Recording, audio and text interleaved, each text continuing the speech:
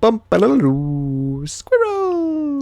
So hello, and welcome to another Legends of Runeterra video. My name is Chris, and today we will be looking at the cards that need to be buffed in the upcoming Balance Patch 2.5, which is coming out tomorrow, or at least the patch notes are coming out tomorrow, and then I think it releases on Wednesday. So very excited for that. We did the nerfs yesterday, check that video out if you haven't. And today we will be talking about cards that need to be buffed. Now, before we start, I have a list here, if I can just bring it onto the screen. This is a list of all of the champions that I think, if things were left as they are, I can't personally see a way that they could be in a tier 1 deck. Tier 2 for some of them, yes, absolutely, no problem. But like a tier 1, like highly competitive deck, these are the champions that I think probably wouldn't see it. You know, there might be some that you go, well, maybe this could be a thing, right?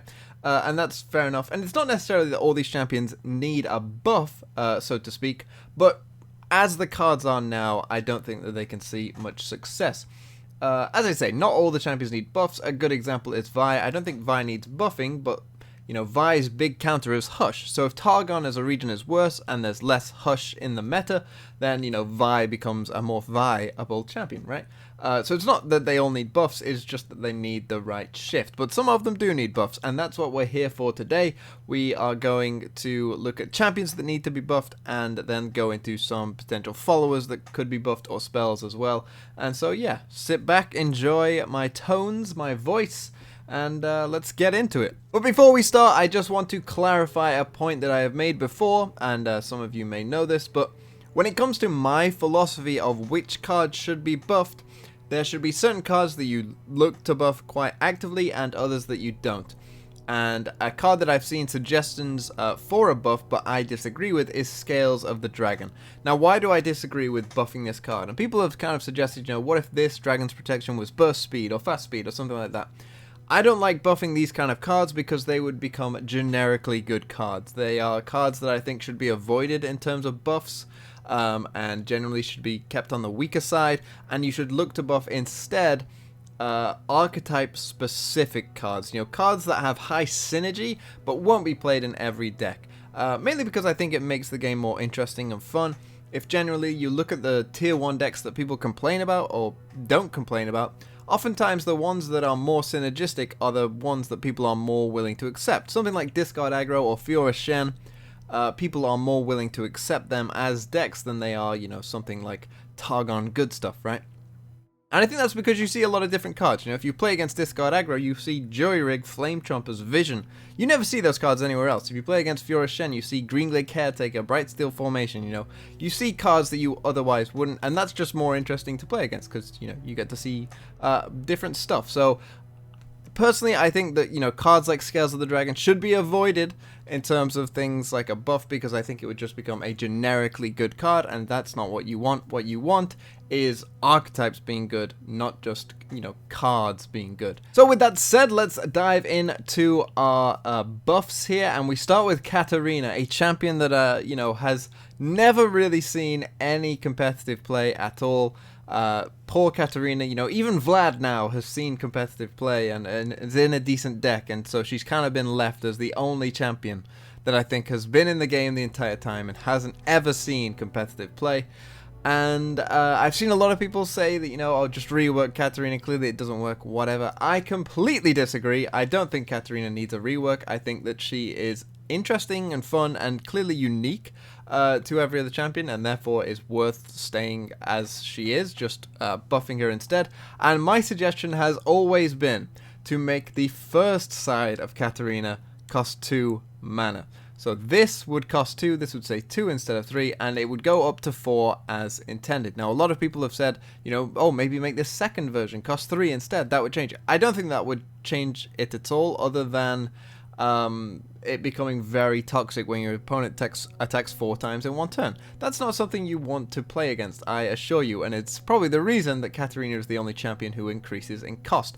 But I think getting Katarina on at 2 mana, and maybe you take away the Fleeting Blade's Edge at that point, because that might be a bit too strong. It's decided that, you know, passing on turn 1, playing Katarina on turn 2, picking off your 1-drop and dealing 3 to your Nexus, and then having a rally effect with a body attached is too much. That very well could be the case. But the reason I say this is, turn 3 is a crucial turn in Legends of Runeterra. It really is the most important turn. Every deck has to start on turn 3, otherwise you're just wasting mana.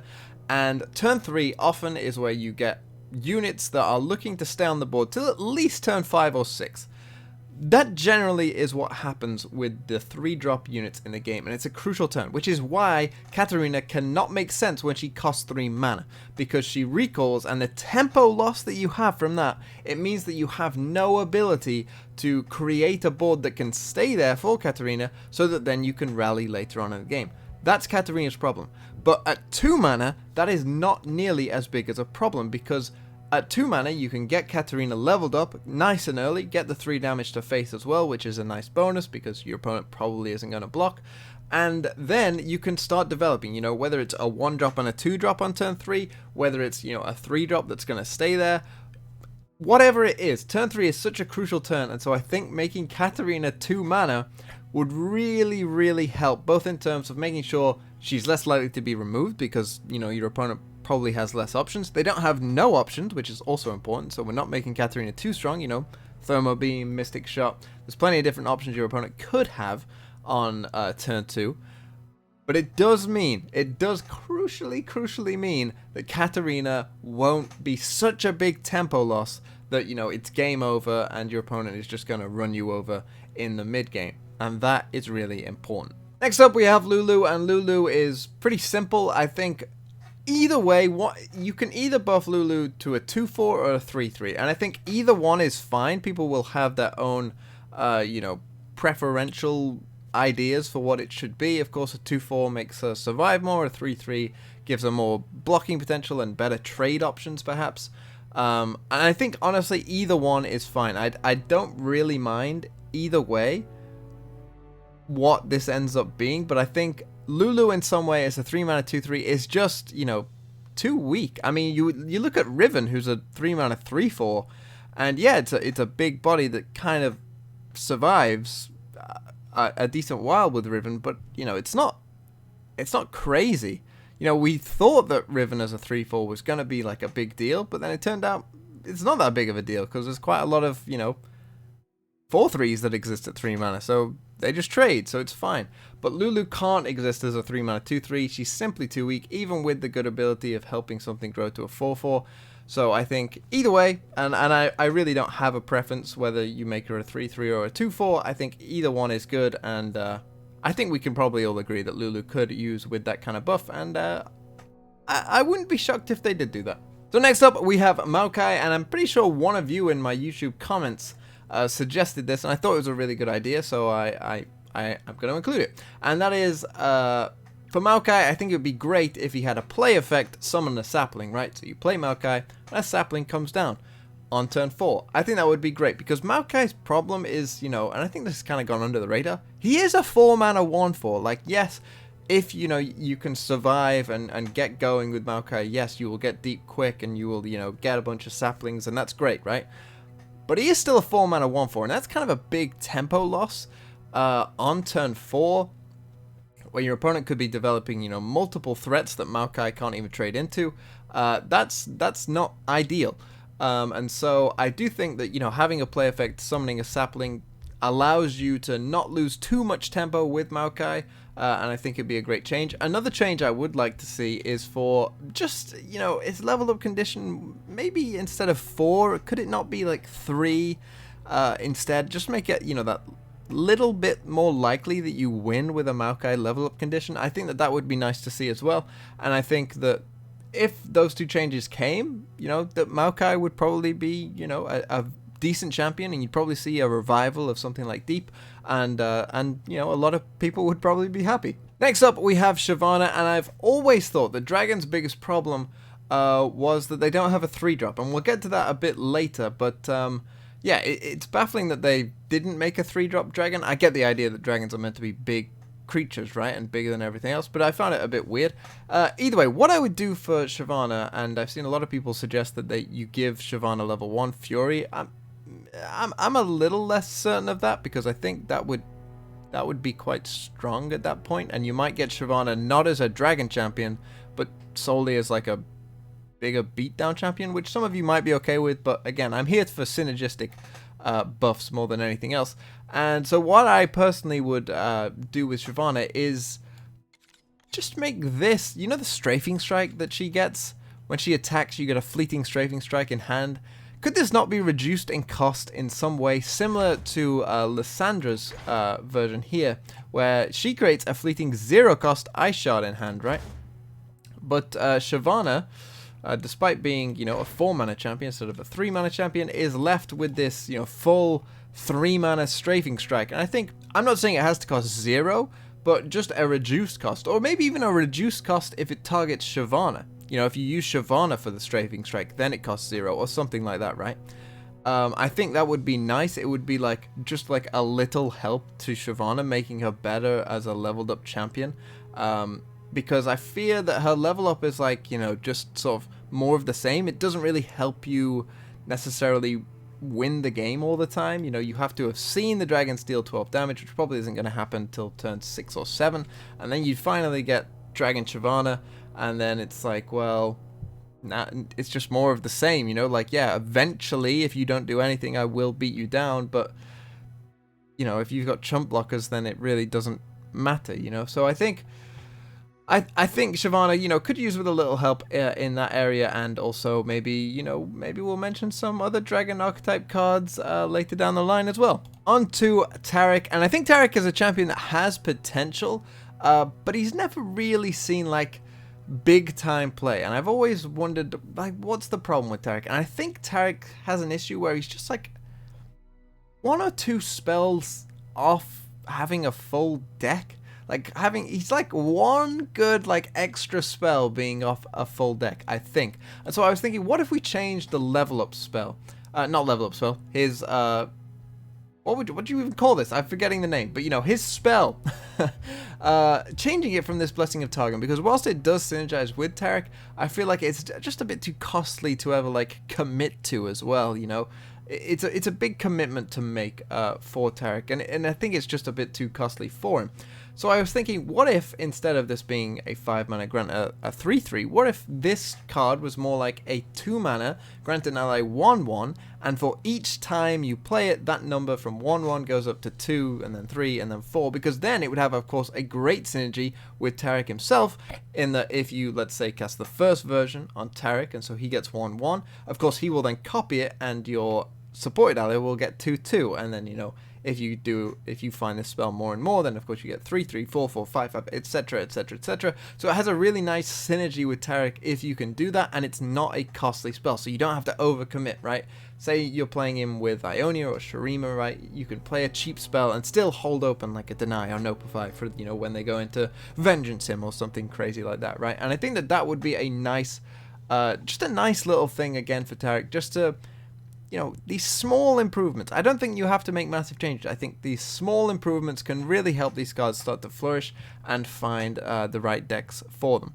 Whilst I may have just mentioned having small changes to a lot of these champions, I think Victor might be one of the rarer cases where a bigger change is needed. And I think Victor's main problem is his level up. I just don't think it does nearly enough, because outside of Celestials, creating cards that cost 1 less just isn't ever worth it, because your cards that you create that to cost 1 less are often just going to be your hex core upgrades, mushrooms, ignitions. Like, it's really not going to be that big of an impact. And the problem is, of course, Victor ends up essentially being like a worse Mountain Scryer for like all-in Celestial decks, because Mountain Scryer will create one for you as well. So that's Victor's main problem, and so I've thought about Victor, and I thought, well, what exactly would you change for Victor? And I think he'd be a lot more useful in his leveled up form if he read something like, he creates, at round start, he creates one of the cards that you have created that is not a hex core upgrade. I don't want to, you know, give him 2 hex core upgrades a turn, but I do think if, you know, he gave you card advantage in some way with more created cards, then that would be more interesting. It would also mean perhaps you try and find ways of creating cards that are, you know, more impactful. whatever that may be. You know, you look to create certain cards that aren't just Mushroom Clouds or Ignitions. You know, you look to go more into maybe something like Back Alley Barkeep, right, to get higher chance of getting impactful created cards for Victor to then, you know, pull out for you. I think that that would be very interesting, and I think it would help him get there. Remember, you still got to play 7 created cards to get Victor leveled up, which is still going to take some time. But if you do want to go all in and, you know, really go for the whole Victor, you know, synergy, and then get the created cards, and then he starts giving you card advantage, I think that that would be a nice change for Victor and make him a much more viable champion. Okay, on to Jarvan, and Jarvan is much the same to Shyvana, I think, where again, could this not cost less? Maybe if it targets Jarvan, you know, when he starts creating the fleeting cataclysms, could it not be that it costs 0 if you target Jarvan with it? Of course, that would mean that, again, there is no, like, scout, you know, pseudo rally effect coming from it. You know, if you use it on Jarvan, then you get a 0 cost. I think that that would be a good change as well, similar to the Shyvana change that I suggested. Of course, one thing that everyone has said is that it should be optional whether you pay the cost to summon Jarvan. To be honest, I thought that that's how the card was going to work anyway before it came out. But I think another thing that could change with Jarvan is, could we not just give him an extra health? I think making this a 6 mana 5/4 would again probably be pretty fine, considering he is always challenging the strongest enemy. You're probably normally going to find that, you know, by turn 6 at the very latest, their strongest enemy is going to have 4 attack, right? So I don't think it would change that much anyway, because if they can remove the barrier, it'll probably trade, but it would just help in those, you know, small instances where that isn't the case, and so that would be a nice little change as well for Jarvan. And now we come to Lux, and again, very small change that I'm suggesting here, but I do think that this would be a very good idea, and I'm not quite sure why this isn't already the case, but Lux's main issue, I think, is that you play 6 mana of spells, but then it resets. And I think if that wasn't the case, and instead Lux's spell count carried over, so for instance, you play Lux, you play an 8 mana spell, and currently what that will give you is 1 Final Spark, it'll level up Lux, but then you'll have to play 6 more spell mana, right? Whereas instead, what I'm suggesting is, you play Lux, you play an 8 mana spell, it levels up Lux, you get the Final Spark, but now you only have to play 4 for the next one. So I'm just suggesting that it carries over into the next one so that you can continue to, you know, use bigger spells. You don't have to try and focus on, oh, I need 2 spell mana, I want to be efficient, you know, let's play this spell first, even though that's clearly not the best idea. Oh no, I had to play like a 5 mana reactionary spell, and now I've gone, you know, now I've wasted that. And I just think that that would help a lot with Lux in particular, in just making sure that she can be a viable champion. And then you could do some cool things, you know, with like Karma or something. You know, you could get multiple Final Sparks because you're copying the spells, and then, you know, it's carrying over, so you're getting multiple. You get the point. I think that that would help Lux quite a bit. Again, very small change, but could be very impactful. And this one I almost forgot, but I just remembered it, and that is Zed. And this is going to be our last champion. And Zed, what I would love to change with Zed, because I don't think Zed needs a big buff or whatever, but I think this would be a really cool card for Ionia, is if we change Shadow Shift from, you know, doing what it currently does now, and instead just reading swap 2 allies. The idea of swapping 2 allies is seen on Shen's spell here, Shen Stand United, and I'm pretty sure it's the only one that's in there, but it'd be really cool if this became like an Ionian thing of swapping 2 allies. And I just think, what if Shadow Shift just said swap 2 allies? One, it's synergistic with Zed, because if Zed is being chump blocked and you have another attacker that you can swap him with, it means that you could level up Zed pretty well. It also has some funny like uses with things like Flurry of Fists, you know, where you would potentially give Zed double attack or something like that, and then, you know, they block him, of course, because they don't want to take the extra damage, but then you just swap them, and so they take the damage anyway. It would be really cool for some neat little combo tricks, and it'd just be a really interesting card anyway. Like a 3 mana fast spell, I don't think that would be too good.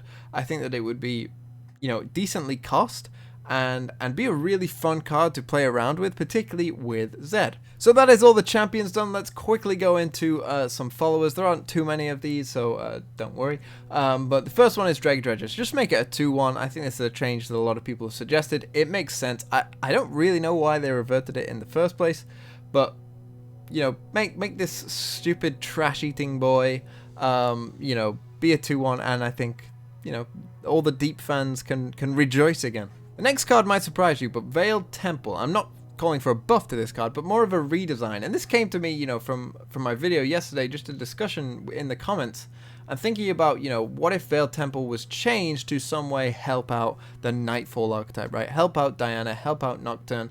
And I thought that that's a pretty good idea. And what if instead of, you know, refilling spell mana and granting the strongest ally 1/1, what if instead it was about generating Nightfall cards for you? You know, so if you play, for instance, let's say 2 Nightfall cards in a round, then you know, generate a Nightfall card in hand, right? I think that's the kind of thing where Veiled Temple would probably feel a lot more fair, would be a lot more synergistic, and, you know, would help out an archetype that perhaps hasn't seen, you know, too much play in recent times. And I think that that would be a nice change of pace for those kind of decks, and I think it would make the card a lot more bearable as a card, and would then also again fit the region for what it was supposed to do in terms of, you know, slower tempo perhaps, but gaining extra card advantage. So I think that that would be a really good change for the card, and I think it would really help out, you know, champions like Diana and Nocturne. Next up we have Herald of Dragons, and this is the kind of card that I mean when I talk about, you know, buffing synergistic cards. I don't think there is a better,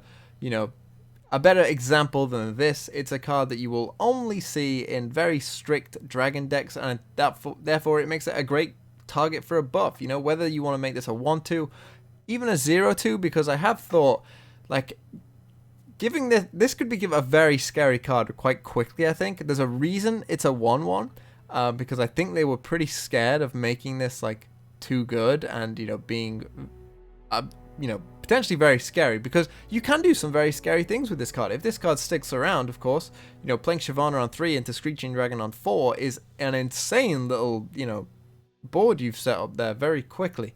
And so, you know, you do have to be careful with how far you go with this card. But I think either as a 1/2 or a 0/2, it probably would be fine, and it would help dragons out, I think, a lot. This is, you know, if you want to buff dragons, this, I think, is your primary card to be going for.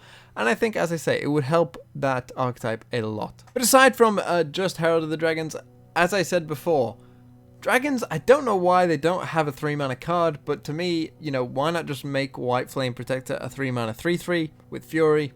I don't think that would be crazy at all. I think it would be perfectly fine, and yeah, it would just be 3-mana dragon, which means if you don't get Herald of Dragons, you still have a curve, and that's fine. And we can all just leave it at that, and there would be no issue. On to an archetype I'm sure all of you are screaming about. Please mention this archetype, and that is, of course, the support archetype. And I am not leaving it behind. And Pix, you know, people have suggested making this 0 mana, which is an interesting change. It very well could work, whether you want to make it a 1/2 or like a 2/1 or whatever. Any of it works. I think this is a good target for a buff. It would be a nice change. Whatever you did with it, I think would probably be okay. And it would, you know, again, just help out an archetype that kind of needs some help. I think if I was in charge, I'd probably make it a 2/1. I don't know if that fits with like the lore of Pix, but, you know, I mean, they look pretty angry here, so I don't see why they can't be a 2/1. So that's probably what I would go for if I was in charge.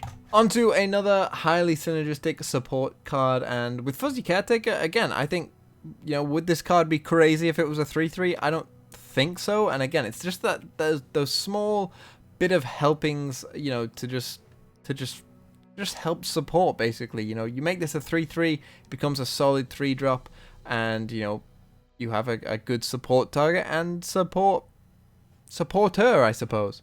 But if I could make any one change to the support archetype, it would be this card, Mountain Sojourners, because I think that this really is the key to the support archetype. And I know a lot of people might think that that's an odd thing to say, but I think if Mountain Sojourners granted Overwhelm as well, you know, maybe it would be 1/1 and Overwhelm instead of 2/2, whatever, right? I think if it granted Overwhelm, that is the big change that needs to happen for the support archetype, because what needs to happen is support lacks a way of finishing the game. There is no way for support to really close out the game, and that, of course, is a pretty big problem.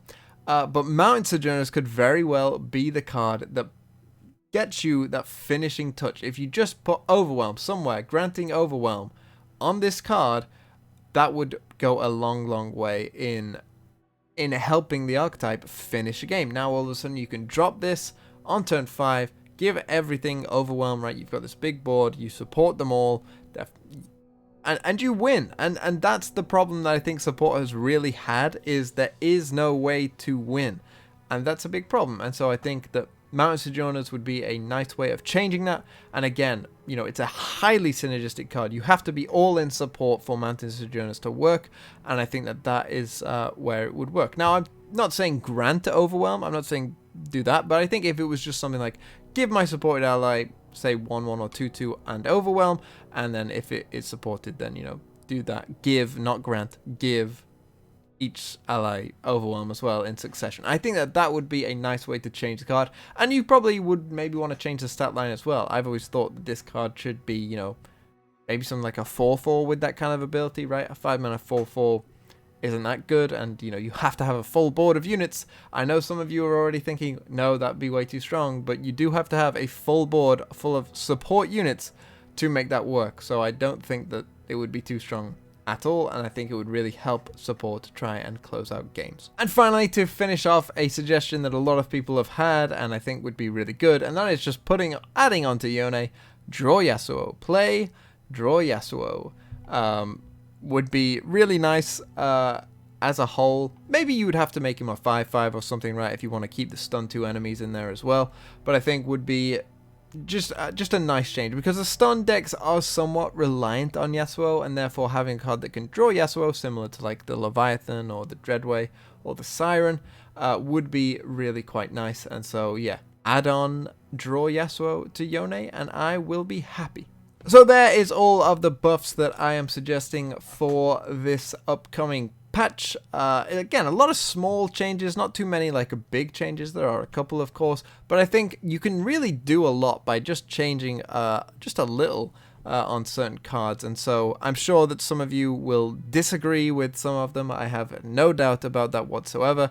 And again, I think it's much less about the actual changes suggested themselves and much more about, you know, identifying the cards to change, because of course Riot has access to actually test these cards out, and so could test if something was too good or not good enough, whereas I do not. So don't complain at me if you disagree with some of the changes. As long as we can agree on the cards that need changing, that I think is the most important thing. So with that said, thank you so much for watching, and I will see you tomorrow for what hopefully is a very big balance patch.